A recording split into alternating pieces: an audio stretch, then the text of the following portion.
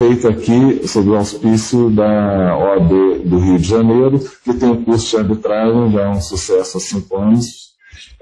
Nós estamos aqui em 2014, dia 12 de março. Eu sou Joaquim Muniz, sou da Comissão do Conselho Federal de Conciliação, Mediação e Arbitragem. Sou presidente da Comissão de Arbitragem da OAB do Rio de Janeiro. Tenho aqui o Dr. Rodrigo Fonseca, que é advogado, membro aqui do Conselho Federal e do Conselho Estadual da OAB, árbitro e advogado com muita atuação em arbitragem. E o nosso objetivo aqui é dar noções introdutórias.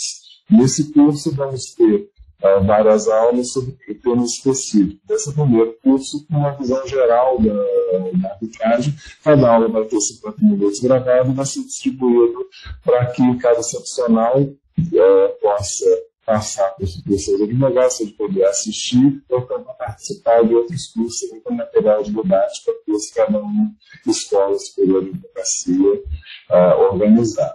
E o primeiro ponto que eu gostaria de abordar aqui é o que é arbitragem. Eu já estamos falando do Instituto, temos que entender o Instituto. A arbitragem é um meio privado de solução de conflitos, no qual se delega para um terceiro a resolução da controvérsia. Então, se a gente for pensar dos tipos de solução de conflito, existem 3 dados pela doutrina. Você pode resolver um conflito pelo uso da força, que seria, por exemplo, existe um exemplo acadêmico de cidade, 2 irmãos brigando por uma bola. O uso da força é os irmãos brigarem e quem for mais forte leva a bola. Mas, a princípio, esse não é o melhor meio de solução de conflito. Mas é interessante notar que até hoje existem certas situações de uso da força legitimadas. O maior exemplo disso é a legítima defesa, que é o uso da força. Você tem autotutelas, você tem certos casos que o estado de necessidade, em que você, pelo uso da força, se utilizar um terceiro sem acordo com a outra parte, ele é legitimado por direitos. Outro tipo de resolução de conflito é a autocomposição, por exemplo, quando as partes chegam num acordo, que seria uma transação, esse é o tipo do Código Civil. Do ponto de vista de sistema de resolução de conflitos, você tem a conciliação, que é prevista no nosso Código de Processo Civil, e você tem a mediação, que é uma grande onda no momento, e esperamos que pelo novo Código de Processo Civil, pela própria lei de mediação que está sendo prevista, que vai ser cada vez realizada. Mas seria um método autocompositivo. Então, voltando àquela analogia dos 2 irmãos brigando, a mediação, a conciliação, a transação seriam eles como um acordo, chegando, resolvendo o conflito deles. Só eles sem recorrer ao terceiro. Numa mediação, uma conciliação, pode haver o terceiro, mas não é o terceiro que indica a solução do conflito. O terceiro é utilizado como facilitador, que essa é uma terminologia muito usada em conciliação, em mediação, no facilitador. E já o terceiro meio, que é a chamada heterocomposição, quando um terceiro vem e resolve o conflito. E esse é o caso do nosso feijão com arroz, que é o processo judicial. É o meio que um terceiro vem, que é o Estado, e resolve o conflito. O juiz é o terceiro legitimado pelo Estado para resolver o conflito. Agora, numa solução heterocompositiva. Agora, então, recapitulando, você pode ter o uso da força, pode ter uma solução autocompositiva e você pode ter uma solução heterocompositiva. Dentro das soluções heterocompositivas, como são feitas por entidades estatais, é o processo judicial que conhecemos.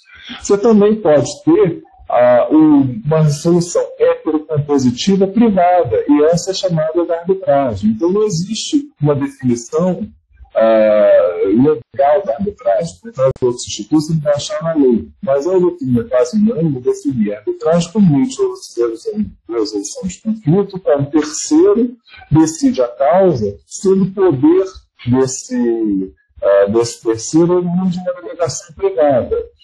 Isso gera algumas consequências. Quer dizer, a grande diferença da arbitragem do processo judicial é que na arbitragem a fonte da legitimidade desse julgador, desse resolvedor do conflito, é uma convenção privada. Ao passo que o processo judicial é o processo que decorre por força da lei. Então, a via comum de se resolver conflito é a via judicial. Mas você pode sair dessa via comum, que ela é excepcional, e preferir ir para uma via privada. E essa via privada é a arbitragem. Mas, como sendo excepcional, ela tem que decorrer da vontade das partes. Então, é muito discutida a natureza jurídica da arbitragem, que eu vou chegar daqui a pouco, nesse ponto. Mas, de qualquer maneira, independentemente do grau de jurisdição que o árbitro tiver, de qualquer forma, ele tem uma função equivalente ao juiz, então ele tem uma função equivalente ao ente estatal, só que ele não é um ente estatal, ele está um ente estatal, porque o árbitro não é um funcionário público, mas ele é equiparado a funcionário público, ele exerce uma função de Estado sendo um ente privado. E a delegação desse poder decorre de uma convenção das partes. Então é interessante notar que no próprio Código Civil existe a figura do compromisso. O que é o compromisso? É um contrato no qual as partes resolvem delegar a um terceiro a resolução de conflito. É um contrato cujo objeto é realizar uma arbitragem. Existe um certo concepção na arbitragem que a arbitragem é criatura do contrato. Porque para haver arbitragem, você precisa haver um acordo de vontade entre as partes, senão o litígio vai para o Poder Judiciário. Agora, por que utilizar a arbitragem? A arbitragem fica muito em voga se utilizar a arbitragem como um dos meios alternativos de resolução de conflitos. Não sei se vocês já ouviram falar que toda doutrina vem criando diante da crise do processo, isso desde a segunda metade do século XX, isso vem até agora, porque a crise não passa, né? É uma crise permanente no processo, mas de certa forma nós estamos todos estirando o gelo. Você passa de uma situação em que o Poder Judiciário concentrava todas as decisões e começou a se ver que não se pode resolver tudo pelo Poder Judiciário. Quer dizer, como resposta chamada crise do processo civil, interessante notar que essa crise é muito discutida no Brasil, mas se vamos pegar a doutrina comparada na Itália, mesmo nos Estados Unidos, estou pegando esses dois exemplos, são sistemas jurídicos muito diferentes, um de civil law, outro de common law, países até com matrizes políticas muito diferentes, e os dois chegaram no mesmo problema. A crise do Poder Judiciário, seja no Brasil, nos Estados Unidos, ela existe, porque existe muita necessidade de acesso à justiça e os limites do Estado são o Estado é limitado, quer dizer, você não pode você não consegue fornecer quantidade de juízes e aparatos judiciais pelo Estado para resolver tudo com a velocidade que é necessária. Então você precisa de outros meios. Aí surgiu o conceito dos ADR, né? Alternative Dispute Resolution, quer dizer, sistemas alternativos de resolução de conflito, que foi mudando a doutrina, se aprimorando e gerando que hoje o ADR, a Marriage Alternative, Adequate Dispute Resolution. Então, o Alternative Dispute Resolution passa uma ideia que é alternativa. Então, o Poder Judiciário é o caminho à verdade e à paz, e todos os outros são coisas experimentais ou de menor valor. E a doutrina foi caminhando para essa ideia da Adequate Dispute Resolution, que no Brasil é chamada de MASP, né? Meios adequados de resolução de conflito. Que é isso? É uma visão do conflito mais ampla. Ao invés de pensarmos que todo conflito vai ser resolvido pelo Poder Judiciário, nós temos que pensar que existem várias maneiras.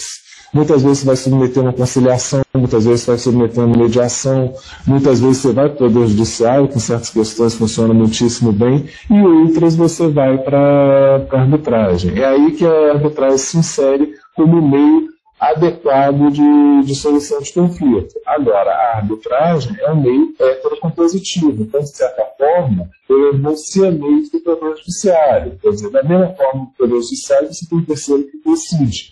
Então, quando se diz que a arbitragem é meio amigável, solução de conflito, isso é uma tradução incorreta. Não é amigável, pode ser mais bem educado.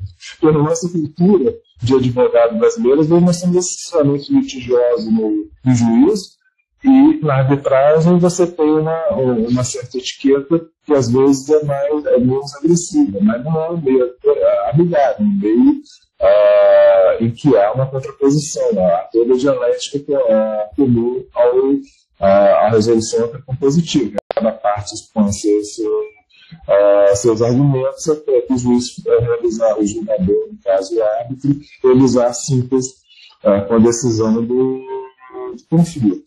E quais seriam as vantagens da arbitragem perante o Poder Judiciário? Muito tem que dar um passo atrás e imaginar a crise que ocorre no Poder Judiciário hoje em dia. Existe, é muito interessante, um estudo feito pelo ministro Luiz Felipe Salomão, que é o relator do projeto de reforma da lei de arbitragem, começa com estatísticas, né? Que quando a Constituição foi feita, você tinha, se não me engano, 1 milhão e meio, 2 milhões de processos no Brasil. Hoje, em 2014, que esse vídeo vai ficar gravado, vai passar por 11 anos, né?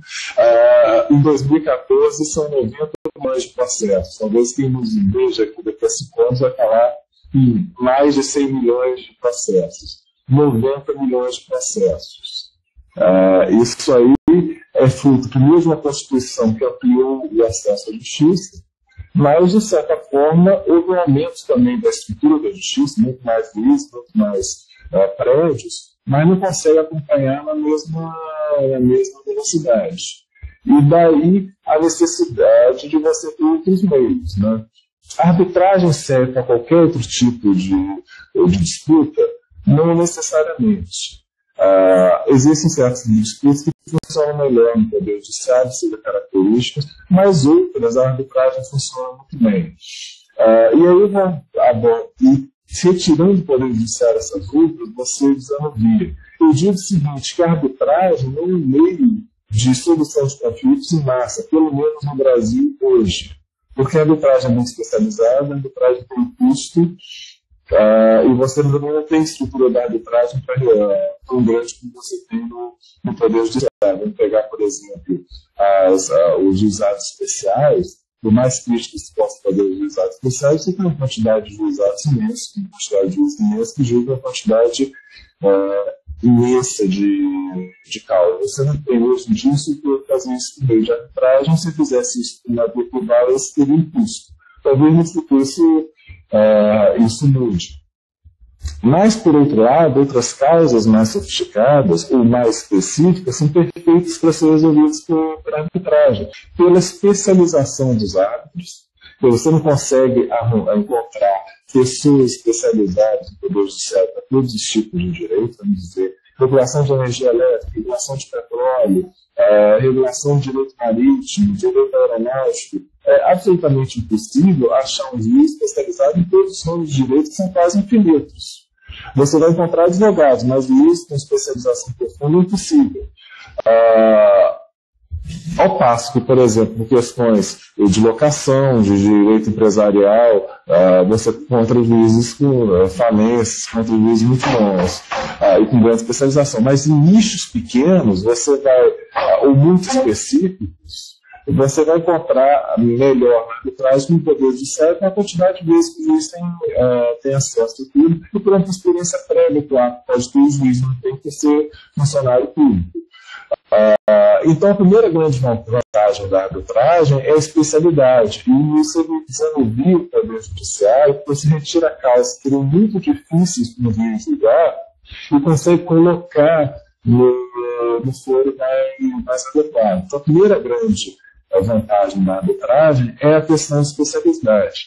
A segunda grande vantagem é a questão da celeridade, porque a arbitragem, a regra geral da lei de arbitragem é que você tem que fazer a arbitragem em 6 meses. Na prática, normalmente, casos complexos demoram mais. Você tem uma arbitragem imensa que pode demorar 2, 3 anos. Mas a arbitragem mais simples você faz em 6 meses. E você consegue isso porque você consegue escolher árbitros com flexibilidade, com disponibilidade, e você consegue encontrar advogados com disponibilidade dedicados para aquela causa. E, por outro lado, no Poder Judiciário, a quantidade de causas que cada juiz julga, não estou falando nem do ministro Supremo, que julga milhões por ano, fato que deixa qualquer estrangeiro estupefato como é que um juiz no Brasil julga. Mas se eu pegar mesmo um vídeo por instância, às vezes 3 mil, 4 mil processos, o desembargador do Tribunal de Justiça de Janeiro hoje julga mais de 200 processos por mês, até se veja isso, 2, 3 anos, julgando ainda mais. É lógico que isso vai ter impacto no tempo. Embora você tenha um tribunal muito bem organizado, como o tribunal do Rio de Janeiro, mas você não consegue ampliar a capacidade com a velocidade que amplia a demanda. Na verdade, você consegue encontrar atos com disponibilidade para julgar aquilo rápido, se compromete para julgar aquilo rápido. Então, essa é a primeira questão da caso da arbitragem, especialização, a segunda é a habilidade. A terceira é a flexibilidade, quer dizer, você consegue flexibilizar o procedimento da maneira que você queira. Então, na arbitragem, isso é extremamente importante. Não existe um código, um CPCA, não existe um código de processo civil arbitral. Se for pegar a lei de arbitragem, ela regula o instituto, mas ela não regula o procedimento. Pouquíssimos artigos vão regular o procedimento. A principal regra da lei de arbitragem do procedimento é a que diz que os atos devem seguir a convenção de arbitragem e, na ausência da convenção de arbitragem, vale a vontade das partes de outra maneira expressa e os atos, então, estariam livres para definir os julgamentos diante de uma lacuna, desde que eles cumpram com certos princípios básicos extremamente importantes, que é a ampla defesa contraditória, a igualdade das partes, seu livre de convencimento, independência e imparcialidade. Então, se o árbitro respeitar a ampla defesa contraditória, respeitar a igualdade das partes, agir de maneira imparcial, independente e com liberdade de convencimento, ele pode organizar o processo da maneira mais eficiente. E até o novo Código de Processo Civil, talvez quando as pessoas assistam não seja mais novo, que está em aprovação agora, dá mais liberdade até das partes definirem o processo. Isso é uma tendência que veio da própria arbitragem. Quer dizer, você vai. Um exemplo é a forma de produção de prova. Tem pessoas que acham melhor você ter um perito. Tem pessoas que acham melhor cada parte apresentar um parecer e depois o julgador apontar um perito empatador. No Código de Processo Civil você usa perito, ponto, porque é isso que o Código prevê. Na arbitragem o ato decide, diante da circunstância. A maneira que você vai ouvir a prova. Na arbitragem, muito comum você ter o chamado interrogatório direto das partes, controle do processo civil. Mas o ato não está obrigado a fazer dessa forma. Ele decide como é que vai ser etido. Às vezes ele pede, olha, eu quero que esse senhor faça uma declaração. Essa flexibilidade, esse terceiro ponto, é muito importante para ter um processo eficiente, porque a eficiência você não consegue aplicar numa lei. Você só vai olhar caso a caso e com um julgador diligente. Então, essa terceira grande vantagem que é a flexibilidade. E a quarta grande vantagem que é dada pela doutrina é a questão de confidencialidade. Se bem que a confidencialidade é bastante relativa, porque se vocês forem olhar na lei de arbitragem, ela não determina que a arbitragem é confidencial. Então não é a lei que determina que a arbitragem é confidencial. A arbitragem não é pública. Aliás, o Rodrigo tem um artigo muito bom sobre confidencialidade em arbitragem que eu recomendo a leitura. A arbitragem não é um processo público, porque não é um processo que está no órgão público como o Poder Judiciário. É um processo privado, mas ela não é necessariamente confidencial. A maioria das regras prevê a confidencialidade. E muitas vezes as partes se sentem mais confortáveis discutir certas coisas no âmbito privado, numa briga de sócios, você vai criticar a maneira que a empresa é administrada. Ou você vai discutir, como eu já vi em questões minhas, um know-how de construção de um determinado produto. Você não quer que esteja no fórum disponível alguém que possa olhar e ver como é que você produz a sua mercadoria. Então, muitas vezes, a confidencialidade também é vista como uma vantagem. Agora, nem sempre a arbitragem é melhor. Em certas situações, o Poder Judiciário, se você tem mais especialização, o Poder Judiciário é, em regra, mais barato do que a arbitragem. Em muitas questões, o Poder Judiciário é melhor. Principalmente, por exemplo, você vai fazer uma... A arbitragem substitui, essencialmente, o processo de procedimento. Ele não substitui o processo de execução. Então, você tem uma sentença arbitral, você vai executar, ela é um título executivo judicial, vai executar como se fosse uma sentença. Então, se você já tem um título executivo, seja judicial, seja extrajudicial, a princípio não faz muito sentido entrar como arbitragem, você está perdendo tempo. Em certos processos, que também tem elementos executivos, como a locação, é mais eficiente você entrar se você está falando, por exemplo, de despejo, não estou falando de uma revisional. Uma revisional talvez seja melhor fazer arbitragem no primeiro caso. Mas um despejo, é melhor você fazer arbitragem, discutir o Poder Judiciário, porque já tem uma decisão do juízo, do que fazer uma arbitragem depois que precisar dos atos executórios do que é juízo. Então, a arbitragem nem sempre é o melhor, mas para os litígios complexos e específicos, ela, em regra, é melhor. Aliás, uma coisa que eu sempre digo é que é falsa a dicotomia entre arbitragem e Poder Judiciário.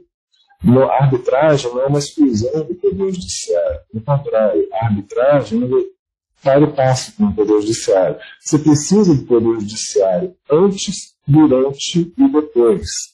É preciso o Poder Judiciário antes, porque antes de constituído o painel arbitral, quando há necessidade de uma medida de urgência, isso já foi reconhecido pela jurisprudência, para o Poder Judiciário.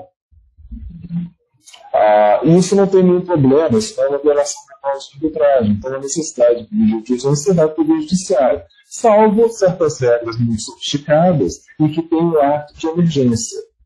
Mas mesmo essas regras, normalmente elas não são, por feito o ato de emergência em Poder Judiciário. E é muito mais frequente hoje, em 2014, você e o Poder Judiciário ter o ato de emergência como uma figura nova, principalmente no Brasil.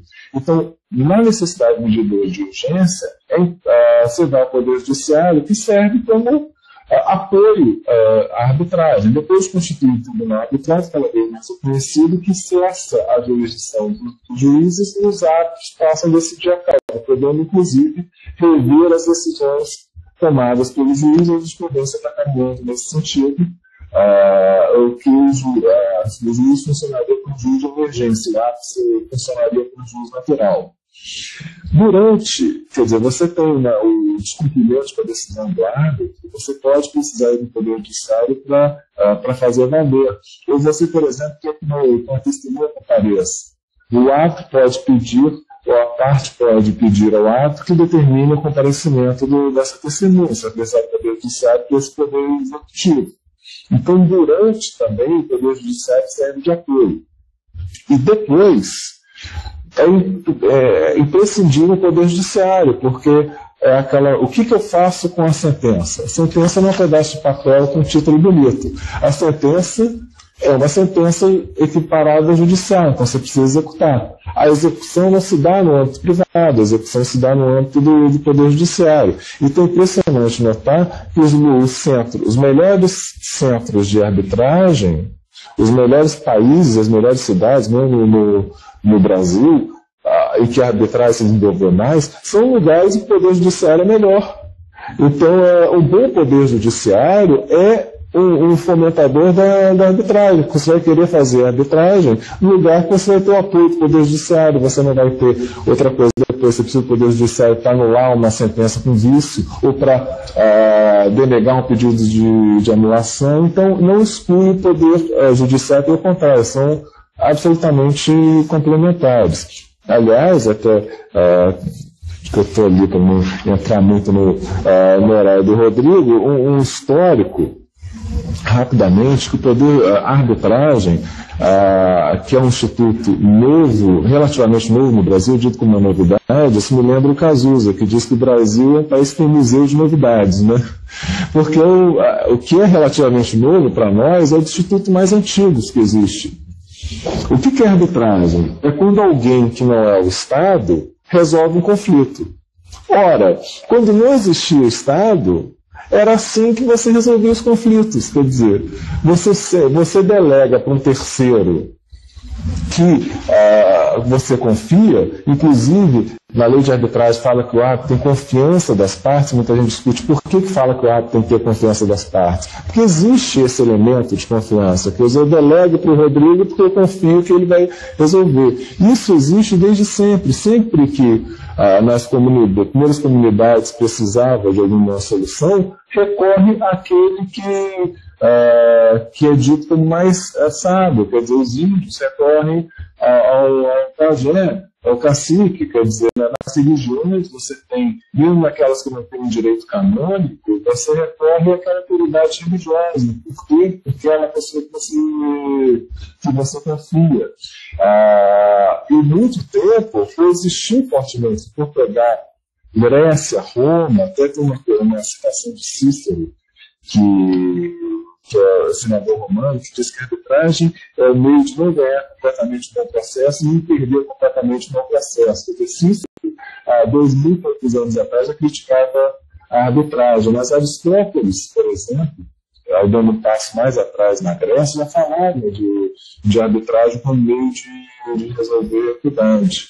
Quer dizer, coexistiu durante séculos e séculos, a arbitragem com o poder judiciário. Você tinha os dois views, tanto quando você tem a escola pública, a escola privada, o serviço médico público, o serviço médico privado, você tem o poder judiciário e a arbitragem. Em alguns lugares, um bom quanto o outro. E também na Idade Média, é muito comum na arbitragem as questões empresariais. Então, a arbitragem até hoje é vista como meio muito forte de resolução de direitos empresariais. Se for pensar na Idade Média, onde o comércio teve um grande fomento, você não tinha o direito empresarial. O direito empresarial foi desenvolvendo ao longo dos anos. Mas no início das grandes feiras, você não tinha o direito empresarial. O que acontecia? E aí os grandes, quando o Estado estava se desenvolvendo na Idade Média, os grandes tribunais e os tribunais eclesiásticos que não reconheciam questões de direito empresarial, por exemplo, juros, impedição de juros no direito canônico. Enquanto que se você deixa uma operação comercial de receber, você vai querer cobrar com juros. Então, como se resolvia isso? Através de arbitragem. Então, até hoje, se tem grandes câmaras de arbitragem, são câmaras empresariais. Então, a arbitragem foi muito usada durante anos e anos entre os empresários para resolver questões de comércio. Até hoje você tem, por exemplo, grandes instituições commodities, como Aldeban, como certos serviços bancários com câmaras de arbitragem específicas. E você tem, do outro lado, também, muito comum, em certas comunidades. Por exemplo, no direito norte-americano, que não utilizou o direito inglês quando era colônia, você tinha decisões in equity, quer dizer, por equidade, e decisões por lei. O tribunal estatal, que é o tribunal inglês, aplicava a lei inglesa. E muitas pessoas usavam ou júris, ou então arbitragem, para resolver questões in equity, por equidade. Por quê? Porque adaptar aquele direito inglês que não era, talvez, adequado à realidade de uma colônia. Então, você vê o próprio desenvolvimento do direito, a arbitragem foi muito importante. O direito português previa a arbitragem.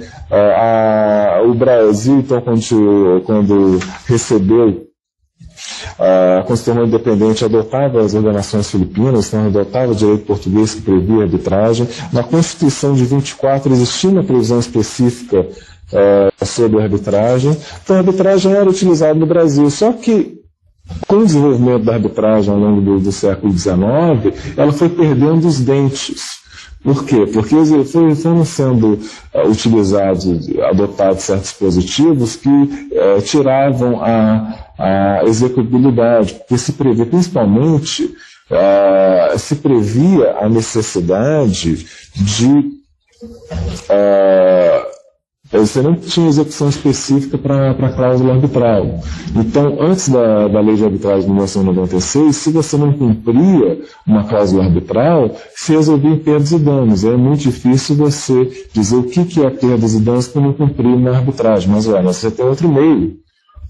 Quer dizer, você não tem arbitragem, você tem poder judiciário. Você tem poder judiciário bom, qual é as suas perdas e danos de não ter ido cumprido com a cláusula arbitral? Então, a cláusula arbitral, o descumprimento da cláusula arbitral não tinha efeito. E com isso, a arbitragem acabou perdendo seu dente, se caindo, de certa forma, em desuso no Brasil. O que mudou completamente com a lei de 1996, que foi uma das reformas ao longo da década de 90, né?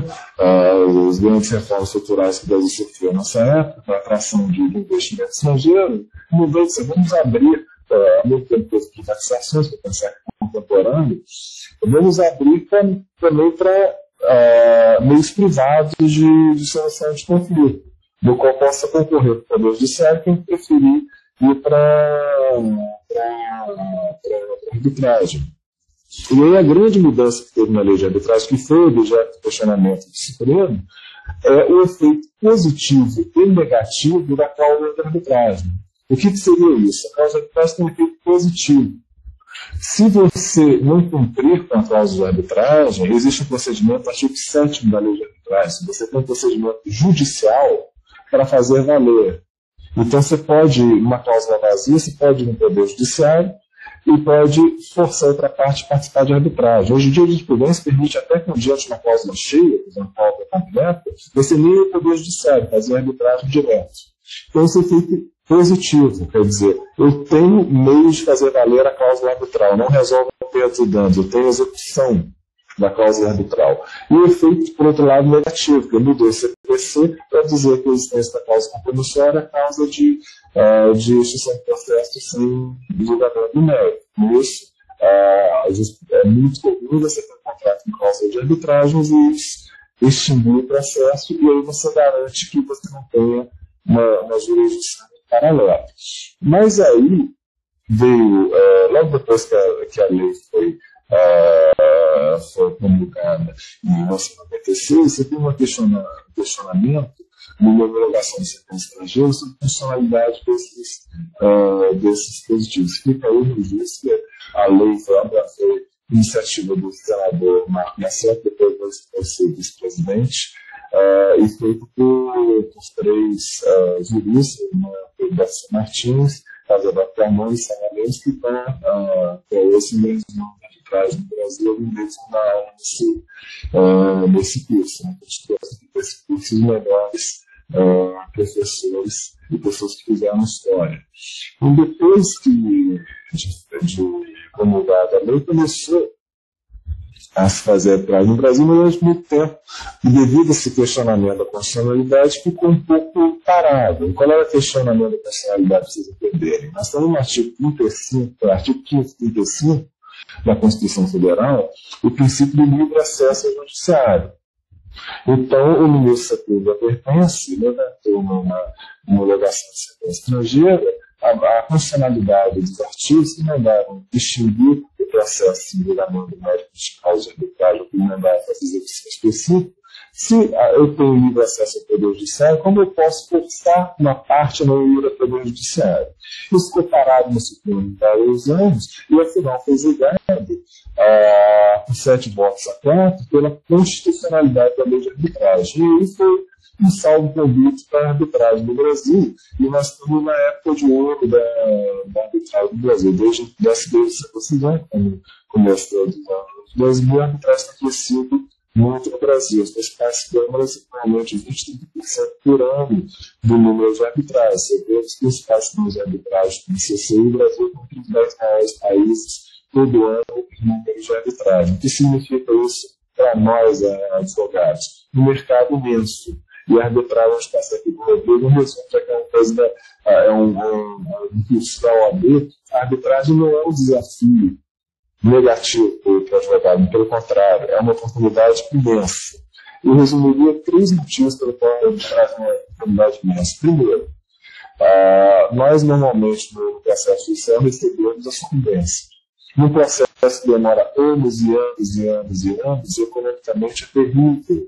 Quantos de nossos colegas sofrem em receber os honorários? Então, quanto mais rápido o processo, e a arbitragem é mais rápida do Poder Judiciário, apesar de não ter tendência, você pode demorar esse sucesso, tipo de complicação, melhor para o advogado. Então, quanto mais rápido, mais eficiente o processo, melhor para o advogado.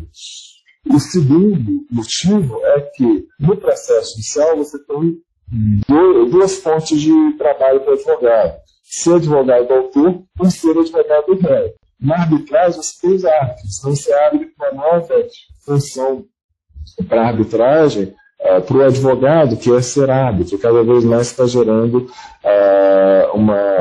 pessoas altamente qualificadas como árbitros brasileiros, que se destacando e Rodrigo é um exemplo disso. E o terceiro motivo é que você amplia a facilidade de ter acesso judiciário, tanto que são muito especializados com briga de commodities, certas brigas de constituição. O que eu vejo na realidade é que certas coisas eram tão complexas que as partes simplesmente não litigaram porque era quase impossível resolver isso no Poder Judiciário. Hoje em dia, com o método tão sofisticado, as partes estão indo mais resolver seus problemas. Então, a arbitragem é um grande foco do trabalho do advogado de melhoria do Poder Judiciário. Eu digo nem a arbitragem, em termos quantitativos, não vai retirar essa carga imensa do Poder Judiciário dos 90 milhões de processos, mas em termos qualitativos, ele vai retirar processos extremamente complexos que absorvem muitos juízes e gerar muito trabalho para mais advogados qualificados. É um tipo de trabalho que nós queremos. E acho que para todo o nosso sistema jurídico, né, é importante você ter um sistema mais eficiente, porque afinal nós temos que prestar um serviço de alta qualidade. Nós precisamos de, não só nós advogados prestar esse serviço público, mas também ter um sistema que permita. Hoje em dia nós estamos num sistema um pouco esquizofrênico, e ninguém está bem. Às vezes nós advogados nós estamos bem porque o processo demora demais, juízes nós também porque trabalham excessivamente, e o cliente não está satisfeito porque demora demais para ter a justiça. Na justiça tardia na justiça, e a justiça na qualidade na justiça. A arbitragem tenta resolver esses problemas. Passo agora para o Rodrigo. Bom, obrigado, Joaquim, pela introdução. Prosseguindo aqui nessa conversa sobre os aspectos introdutórios, vamos dizer assim, da arbitragem, nessa primeira aula aqui do curso organizada aqui pela OAB do Rio em conjunto com a Comissão Nacional do Conselho Federal, para ser distribuído para o Brasil inteiro.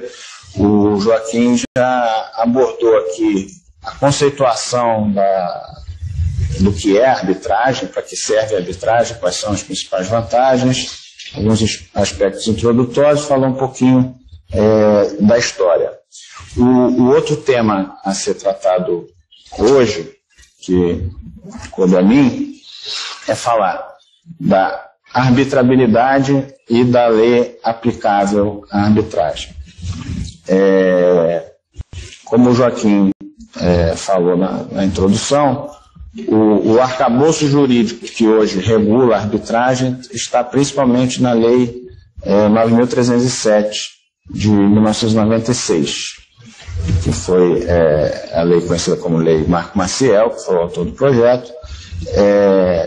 Como o Joaquim também abordou, teve a sua constitucionalidade questionada no Supremo, e desde 2001 essa questão foi pacificada e está reconhecida plenamente a constitucionalidade da lei. A partir de então, a jurisprudência brasileira tem sido muito positiva a favor da arbitragem, especialmente no âmbito do STJ.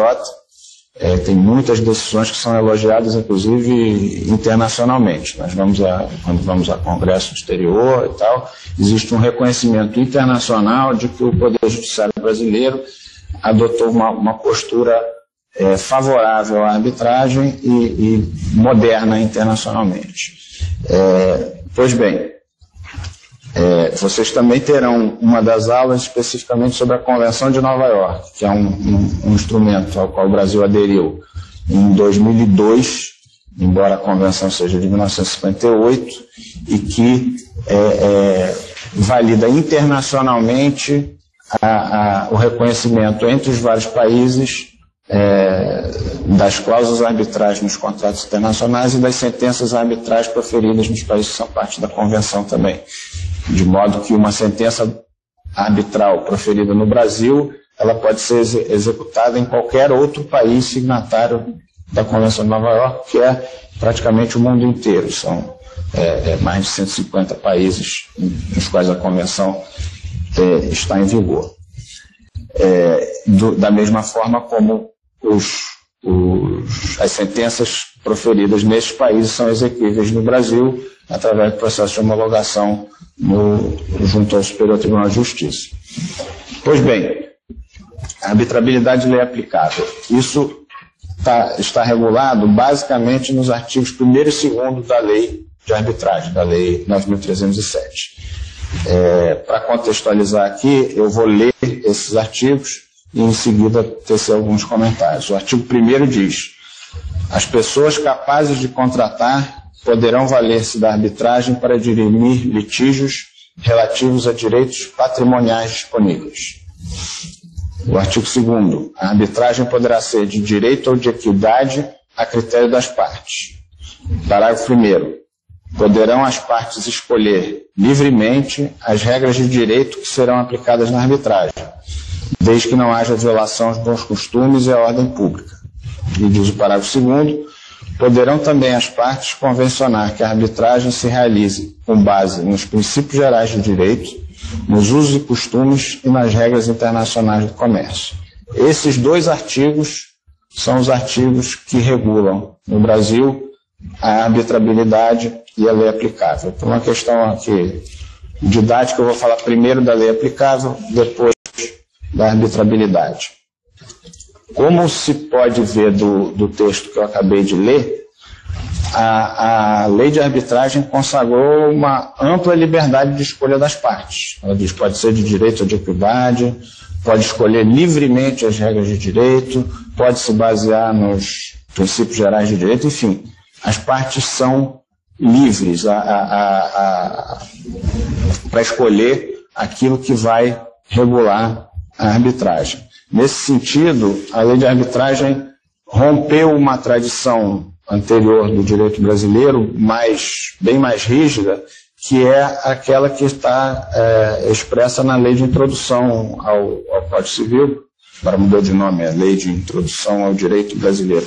Mas a lei de introdução tem regras rígidas. Ela diz: se o contrato for assinado em determinado local, se o proponente tiver tal nacionalidade, aplica-se essa lei ou aplica-se aquela. Ele, em princípio, não deixa margem à autonomia da vontade das partes para determinar a lei aplicável a uma determinada relação jurídica. A lei de arbitragem, numa visão já mais moderna, como o Joaquim falou, que ela vem nos anos 90, um momento de forte globalização também, de um aumento muito grande do comércio internacional, num movimento do Brasil se abrir ao exterior também e ser um país amigável aos investimentos estrangeiros, ela abre essa liberdade das partes contratantes poderem escolher as regras de direito que vão se aplicar à sua arbitragem, ao seu contrato. Embora com muita influência internacional, isso se aplica também nos contratos internos. Essa liberdade ela não está restrita aos contratos internacionais, ela se aplica a qualquer contrato em que haja a cláusula compromissória, a cláusula de arbitragem. Portanto, a regra geral da arbitragem é dessa liberdade. Ela nasce de um contrato, sempre, como o Joaquim já abordou, inclusive, e esse contrato pode determinar, de acordo com a vontade das partes, qual é a lei aplicável. A limitação é uma limitação de respeito aos bons costumes e à ordem pública, que são conceitos difusos, difíceis de definição, que serão apreciados caso a caso, mas são limites bastante reduzidos. Um exemplo que se pode dar, algum tipo de lei de algum país que seja discriminatória, vamos dizer, uma lei que proíba as mulheres de serem árbitras. Essa lei não poderá ser aplicada no Brasil, porque ela seria uma discriminação que não é admitida pela ordem pública brasileira. Mas fora essas situações extremas, a liberdade das partes é quase que total para a escolha da lei aplicável. Temos que fazer aqui uma distinção também entre a lei aplicável ao procedimento de arbitragem, procedimento arbitral, e a lei aplicável à solução do litígio. Seria um paralelo do processo judicial, seria a distinção entre o CPC, que regula o procedimento judicial, e o Código Civil, que vai regular o direito material que o juiz vai ter que decidir. Em matéria de arbitragem, normalmente a regra, a norma que se aplica ao procedimento é o direito da sede da arbitragem. Ou seja, se você tem uma arbitragem sediada no Brasil, normalmente você vai aplicar o procedimento às regras de direito brasileiro, que, como o Joaquim abordou, são bastante flexíveis.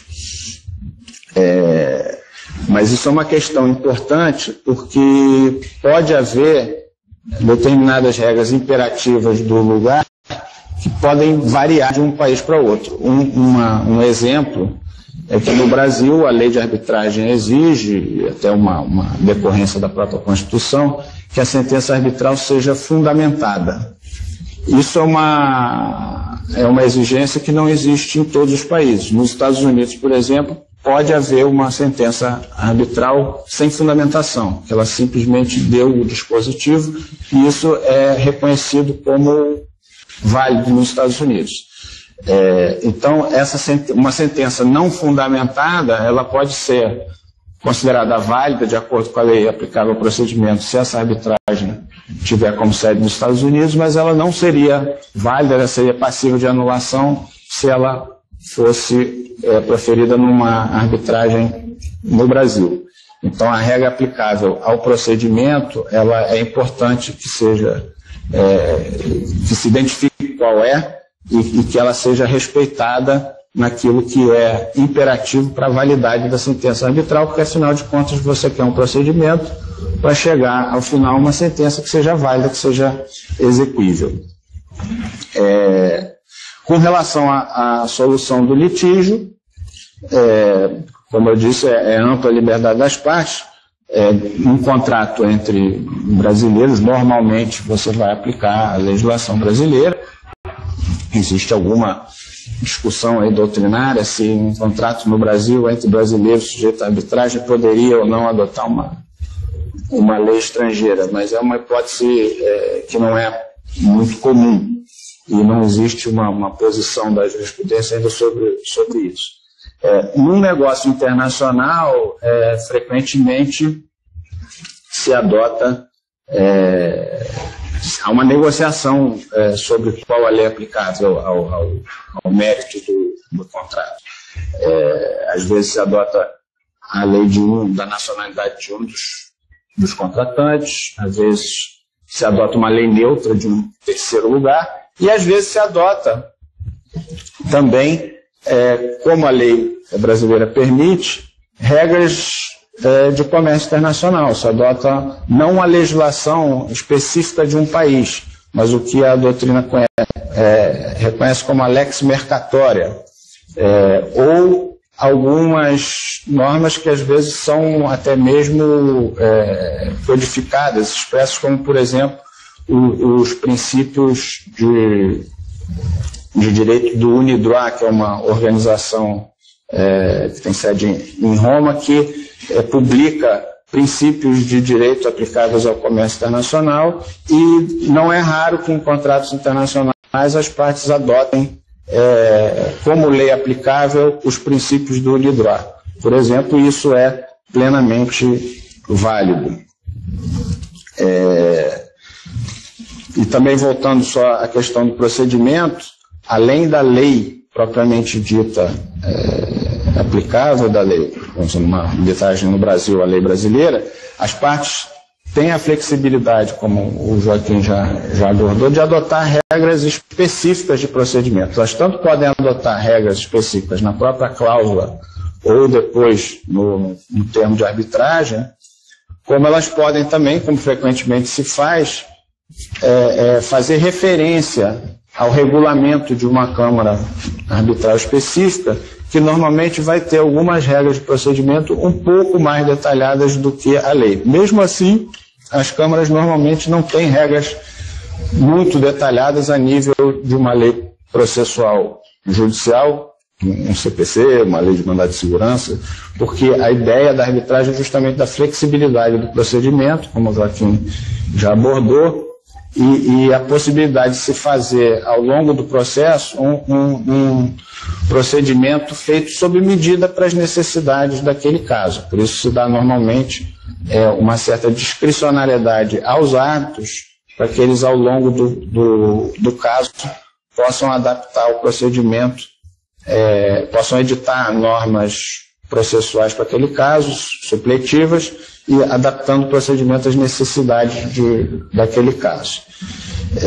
Existe também a possibilidade, como a lei fala expressamente, da arbitragem apenas por equidade, ou seja, os árbitros não estão obrigados a seguir nenhuma lei na decisão que eles vão dar. Eles vão analisar os fatos da causa, vão analisar os termos do contrato e vão proferir aquela decisão que eles acharem mais justa, de acordo com a análise que eles fizerem do caso. Isso parece um pouco estranho para a nossa formação jurídica que nós temos desde a faculdade, mas ele é uma coisa muito comum até em determinados setores econômicos. O Joaquim deu exemplos e de fato, certos setores econômicos, eles operam na base de determinados usos e costumes que são reconhecidos naquela comunidade empresarial como as boas práticas de se fazer negócios. E muitas vezes é comum que os árbitros não sejam nem advogados nessas arbitragens de equidade. Escolhe-se, vamos dizer, 3 empresários do setor que vão analisar os casos e vão dar uma decisão sobre um aspecto muito mais da lógica do negócio do que propriamente uma solução jurídica técnica, como é dada por um juiz ou como é da natureza da nossa formação de advogados, né? Essa escolha e determinação da lei aplicável, ela é muito importante, uma afirmação mais ou menos óbvia, porque da mesma forma como com relação ao procedimento isso pode gerar algum tipo de nulidade, com relação ao mérito da causa ela pode ser determinante da solução do litígio. A diferença de uma lei para outra lei pode ser a diferença de uma parte ganhar ou perder uma determinada causa. Passando agora para o ponto da arbitrabilidade, que é um termo, às vezes tem gente que estranha. Arbitrabilidade quer dizer aquilo que pode ser objeto de arbitragem, né? Aquilo que é arbitrável é aquilo que pode ser discutido numa arbitragem. E a arbitrabilidade ela se divide em 2 conceitos. Existe a arbitrabilidade, se fala na arbitrabilidade objetiva e na arbitrabilidade subjetiva. E o que são esses 2 conceitos? A arbitrabilidade objetiva é justamente quanto, como o nome diz, o objeto da arbitragem. O que pode ser submetido à arbitragem? Que matérias, que pedidos podem ser feitos numa arbitragem? Pela definição da Lei 9.307, a gente vê no artigo 1º, ela fala que as partes podem submeter à arbitragem litígios sobre direitos patrimoniais disponíveis. Esse é o termo da lei brasileira, direitos patrimoniais disponíveis.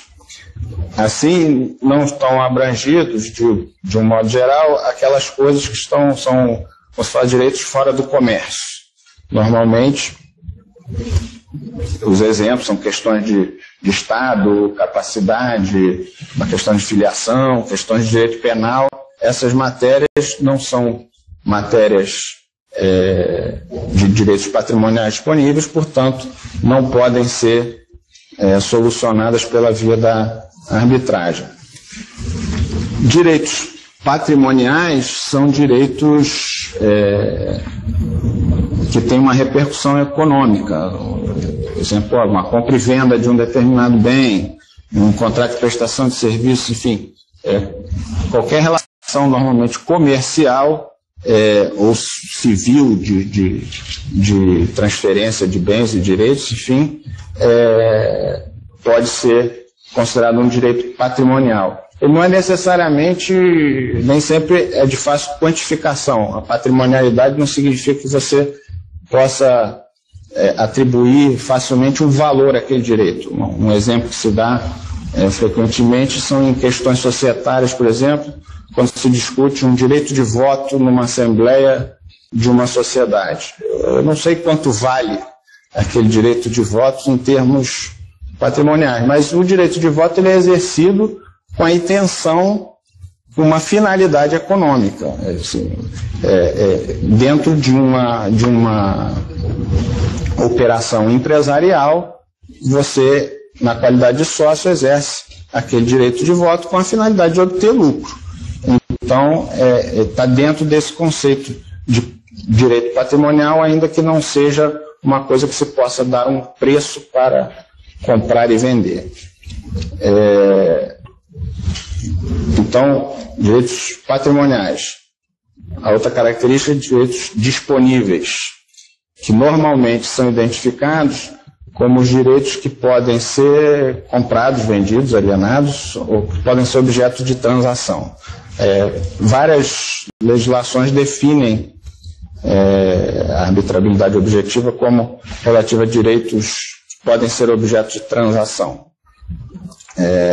A lei brasileira já até no passado usou esse conceito, mudou para os direitos patrimoniais disponíveis, mas não há um aperfeiçoamento da terminologia, mas na essência continua sendo a mesma ideia. Alguns direitos evidentemente são indisponíveis, irrenunciáveis, já falamos assim, não se pode dispor de capacidade de pessoas, de filiação, desse tipo de direito. Mas em algumas situações, você tem um direito que ele é indisponível ou irrenunciável quanto ao seu fundo, mas que ele tem um aspecto, um outro aspecto que pode ser passível de transação. O professor Carmona, que foi um dos autores do projeto que deu origem à lei, ele dá um exemplo, por exemplo, na questão de direito de família, em que o direito à pensão alimentar não é um direito disponível ou transacionável, mas o valor da pensão pode ser objeto de acordo. Então, a posição dele, ele dá esse exemplo para dizer, eu não poderia fazer uma arbitragem sobre o direito à pensão, mas uma vez estabelecido esse direito, eu até posso fazer uma para se chegar a um valor, porque a transação é passível de transação, a quantificação dessa pensão. Passando à arbitrabilidade subjetiva. O requisito da lei, que está no artigo 1º também, é de que fala em pessoas capazes de contratar, ou seja, basicamente qualquer um com capacidade civil, pessoa física ou jurídica, pode contratar a solução dos seus litígios pela via arbitral, desde que sob direitos patrimoniais disponíveis. Do ponto de vista subjetivo, o que a lei exige é a mera capacidade, o que basicamente exclui menores de idade, interditados, enfim, mas quaisquer outras pessoas podem contratar a arbitragem. Com relação à arbitrabilidade, Eu queria apenas tocar rapidamente em algumas situações que são controvertidas e que geram normalmente discussão. Existe jurisprudência, existem artigos sobre esses assuntos. Eu vou dar apenas alguns exemplos. Direito do trabalho, por exemplo. Discute-se muito se em matéria de direito do trabalho é possível se fazer arbitragem ou não. A Constituição, a própria Constituição tem um artigo que prevê a possibilidade de arbitragem para dissídios coletivos, mas nas reclamações individuais há uma controvérsia. E existem precedentes a favor e contra. De um modo geral, na justiça, casos que chegaram à justiça trabalhista, a maioria foi contrária à arbitrabilidade da reclamação trabalhista individual. Há alguns casos que chegaram por outras vias ao STJ, por exemplo, em que se reconheceu essa possibilidade. Não é uma questão ainda definida, até o projeto de reforma da lei tenta regular essa questão em maior detalhe. Eu tendo a ver isso como uma questão parecida com a o exemplo da pensão. Quer dizer, certos direitos trabalhistas, eles são realmente irrenunciáveis por parte do trabalhador. Mas o valor de uma determinada indenização, tanto ele é passivo de transação, que o que mais acontece na justiça do trabalho são acordos com relação aos valores que são devidos. Mas isso é uma questão bastante controvertida. Eu estou dando aqui uma opinião que, enfim, está sujeita ainda à discussão. Direito do consumidor é outro também, uma situação um pouco similar à do direito do trabalho, com a diferença que existem algumas normas específicas. O Código de Defesa do Consumidor tem um artigo que proíbe a utilização compulsória da arbitragem, é o que o artigo diz. Ou seja, como é que isso tem sido interpretado? Você não pode obrigar o consumidor a ir à arbitragem, aquilo que o Joaquim falou, que justamente, normalmente, a causa compromissória tem o efeito de obrigar a parte a ir à arbitragem, e isso não tem essa força com relação ao consumidor. No entanto, se o consumidor concordar com a arbitragem, voluntariamente, ou se ele mesmo der início à arbitragem, essa arbitragem pode prosseguir e é perfeitamente válida. A Lei 9.307 não fala do consumidor, mas ela tem um artigo sobre contratos de adesão. Nem sempre o contrato de adesão é de consumo, nem sempre o contrato de consumo é de adesão, mas frequentemente eles são as duas coisas ao mesmo tempo. O que essa norma de contrato de adesão exige é também ou essa anuência posterior, quer dizer, que o aderente inicie a arbitragem ou concorde com ela, ou que, se o contrato tiver essa cláusula em destaque, em negrito, especialmente vistada pelo aderente, ela então teria força. Existiu alguma discussão se esse artigo teria revogado, que é posterior, teria revogado o artigo do Código de Defesa do Consumidor. As decisões que eu conheço são no sentido de que, como o contrato de adesão e o contrato de consumo não são exatamente a mesma coisa, não houve uma revogação de um pelo outro, tem que se aplicar pelo princípio da especialidade, cada artigo à sua situação. Uma outra circunstância que deu muita discussão é de contratos com empresas estatais ou contratos com a União, com os estados, autarquias. Pelo princípio da legalidade, que rege a administração pública, vários autores entendiam que seria necessária uma lei específica para cada hipótese em que a empresa estatal, a entidade estatal, pudesse se submeter à arbitragem. O STJ, em várias decisões, já pacificou essa questão, pelo menos com relação à sociedade de economia mista. que, por serem sujeitos ao regime de direito privado, ele entendeu, não basta a lei de arbitragem, se elas assinarem a cláusula compromissória, até por uma questão de boa-fé, elas têm que se submeter à arbitragem. Com relação a pessoas como União, Estados e tal, essa questão ainda não está tão pacificada assim.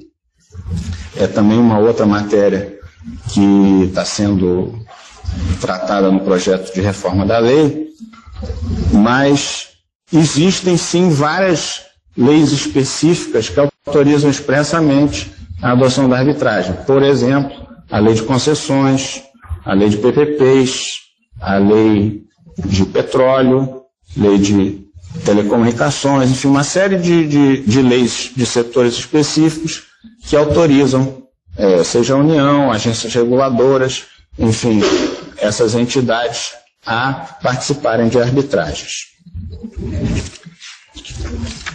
Um último ponto que também gera alguma discussão é a questão de direitos com relação a empresas falidas ou em recuperação judicial. Também questiona-se, uma vez a empresa quebrando, esses direitos dela ainda seriam patrimoniais disponíveis, se ela ainda teria capacidade para contratar uma cláusula de arbitragem. A jurisprudência que existe hoje, existem decisões de tribunais estaduais e do STJ, é que o contrato firmado anteriormente à quebra, essa cláusula é válida e deve ser respeitada. Então, faz-se a arbitragem, ela não poderá ser executada por causa da falência, mas o crédito eventualmente emergente de uma sentença arbitral vai poder ser habilitado. Então, esses foram alguns exemplos, no tempo limitado que a gente tem, algumas noções gerais sobre a arbitrabilidade e lei aplicável, e eu encerro por aqui agradecendo a atenção de todos.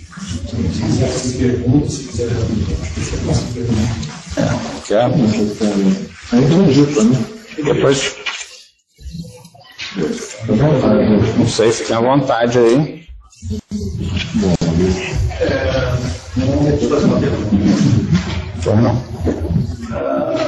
Vocês veem a utilização da arbitragem de uma maneira positiva e contrária?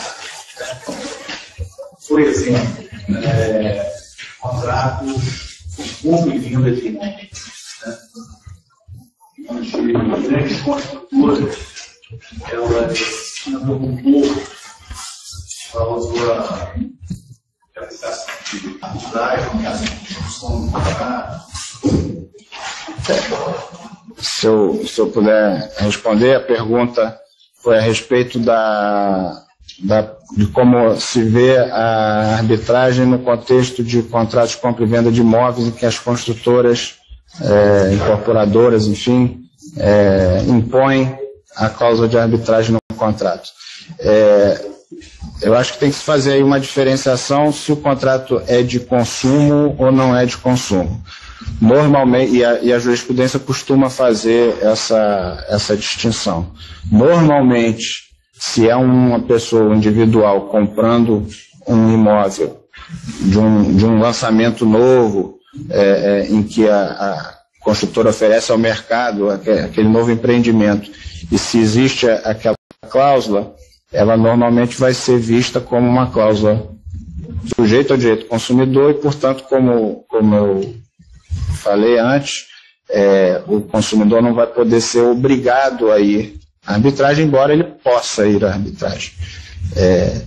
Se o contrato não for de consumo, aí, em princípio, me parece que essa cláusula será válida. Se for uma empresa comprando escritórios, por exemplo, de uma construtora, um contrato tipicamente comercial, com finalidades comerciais, eu não vejo impedimento à arbitragem nesse tipo de situação. Eu concordo com você. Até uma posição que eu defendo com relação a isso é que a questão do direito do consumidor é muito ligada à abusividade da cláusula. E a abusividade eu vejo sob dois aspectos: de capacidade econômica do consumidor, porque a arbitragem é mais cara do que o processo judicial, então, e não existe gratuidade de justiça na arbitragem, se bem que eu já vi, tinha uma arbitragem CCI, ninguém que pediu gratuidade de justiça. Você ganhava milhões no processo, mas a arbitragem é mais cara, então se você está com o suficiente, a cláusula arbitral pode ser uma questão em relação de consumo, e por lado também de independência e parcialidade do tribunal, né? Mas se você tem um tribunal que seja independente e imparcial, e se você consegue fazer um custo-benefício interessante para o consumidor, eu acho que você pode cada vez mais incentivar o uso de arbitragem nesse tipo de situação. Acho que é uma mudança de paradigma. Hoje em dia talvez haja problema, mas com o desenvolvimento das câmaras, talvez você consiga processos baratos, rápidos, que o próprio consumidor queira a arbitragem. Eu só queria acrescentar um comentário. É que o Joaquim tocou no ponto. O grande problema da arbitragem para o consumidor é o custo, que pode inviabilizar o acesso dele à justiça, quer dizer, o acesso dele a discutir o direito dele. Não é um problema necessariamente de parcialidade do tribunal. Inclusive, eu conheço casos desse tipo de construtora em que o consumidor optou, tinha condições, enfim, fez a arbitragem e ganhou o caso. A arbitragem, ela não é determinante, ela é uma forma de solução da controvérsia, mas ela não é determinante de quem vai ganhar. Quem vai ganhar vai depender do convencimento dos atos, da prova que for feita, enfim, vai depender das circunstâncias de cada caso.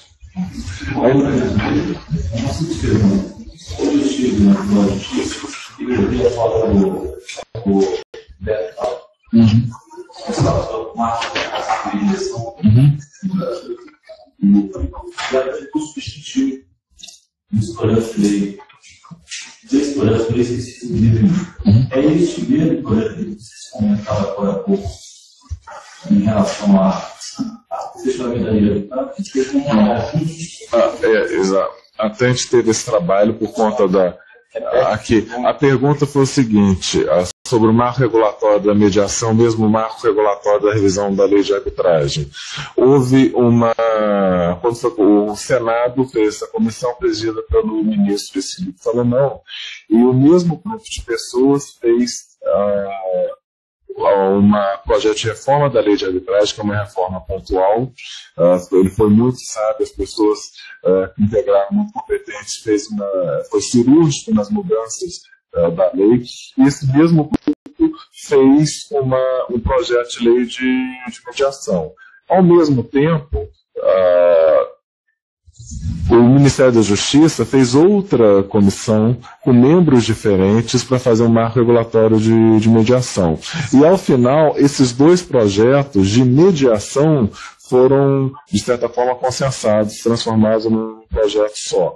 Então, diria que o projeto de lei de arbitragem sempre correu separado, né?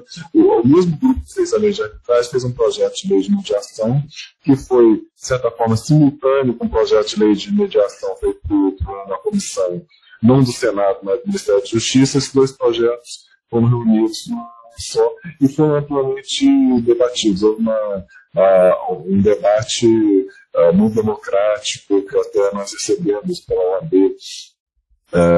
pedidos para comentários. Foi muito discutido. Acho que tem um certo consenso que esse projeto é um bom ponto de partida para a mediação no Brasil. Você comentou sobre a confidencialidade, essa parte da confidencialidade da arbitragem. Queria saber assim, a opinião de vocês em relação, por exemplo, à homogeneidade de questões, para uma jurisprudência, casos semelhantes, e se as partes consentirem na votação das provas arbitrais, isso já há alguma coisa a gente gostaria de ingressar em um interessante, eu facilitaria. Existem certas câmaras. A pergunta é a seguinte, uma pergunta muito boa sobre a questão da confidencialidade, que medida isso prejudica a formação de uma jurisprudência, até porque no jurisprudência seria se fosse judicial. Então, quer dizer, ela necessariamente não cria jurisprudência e ao estar coberta pela confidencialidade, ela atrapalha o desenvolvimento do direito e como você pode ter medidas paliativas. Uma medida, aliás, a própria pergunta foi tão boa que já veio com uma certa resposta, que é por que as câmaras não tentam autorizações, e a boa parte das regras das câmaras tem autorizações e existe um movimento em diversas câmaras de começar a publicar. A CCI, que é a maior câmara do mundo, publica. É uma questão cultural do Brasil. Primeiro, é um trabalho imenso, porque de certa forma você tem que despersonalizar a sentença, porque ao contrário de uma sentença judicial, que você é pública, então eu coloco no site, acabou, não preciso de trabalho nenhum. Nessa, como tem questões sensíveis, você tem que fazer uma triagem para tirar os pontos sensíveis. Mas existem trabalhos, projetos em fazer isso. Eu só queria, para acrescentar, que o que existe no Brasil muito, e é muito bom, é uma produção acadêmica muito grande, existe uma publicação de livros muito grande na área de arbitragem e nós temos 2 revistas de excelente qualidade. Uma publicada pela RT, a Revista dos Tribunais, chama Revista de Arbitragem e Mediação, da qual eu já fui diretor.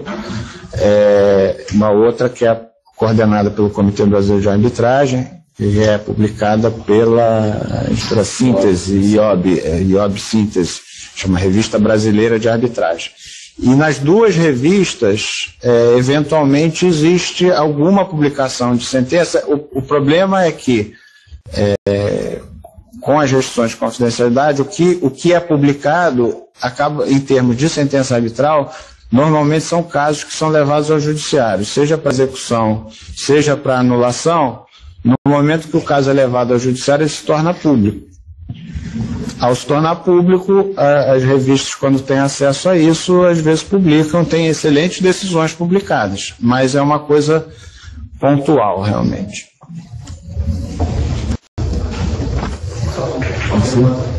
Foi dito que o crescimento do julgado das arbitragens nas câmaras, isso também acontece com essa arbitragem agora? A pergunta é se o número de arbitragens que tem crescido nas câmaras tem crescido também em arbitragens ad hoc. Eu não tenho como te responder isso porque justamente as arbitragens ad hoc, por não ter ninguém gerenciando, administrando isso, a gente não tem estatística nenhuma, não se sabe. Na prática você não sabe quantas estão acontecendo. As câmaras eventualmente divulgam. Recentemente até saiu um artigo naquele site Migalhas, que eles fizeram uma pesquisa junto a várias câmaras arbitrais, dando o número de casos que cada uma teve em 2013, em 2012, 2013, indicou um aumento em quase todas elas, como o Joaquim falou. Agora, em termos de arbitragens ad hoc, não existe estatística possível.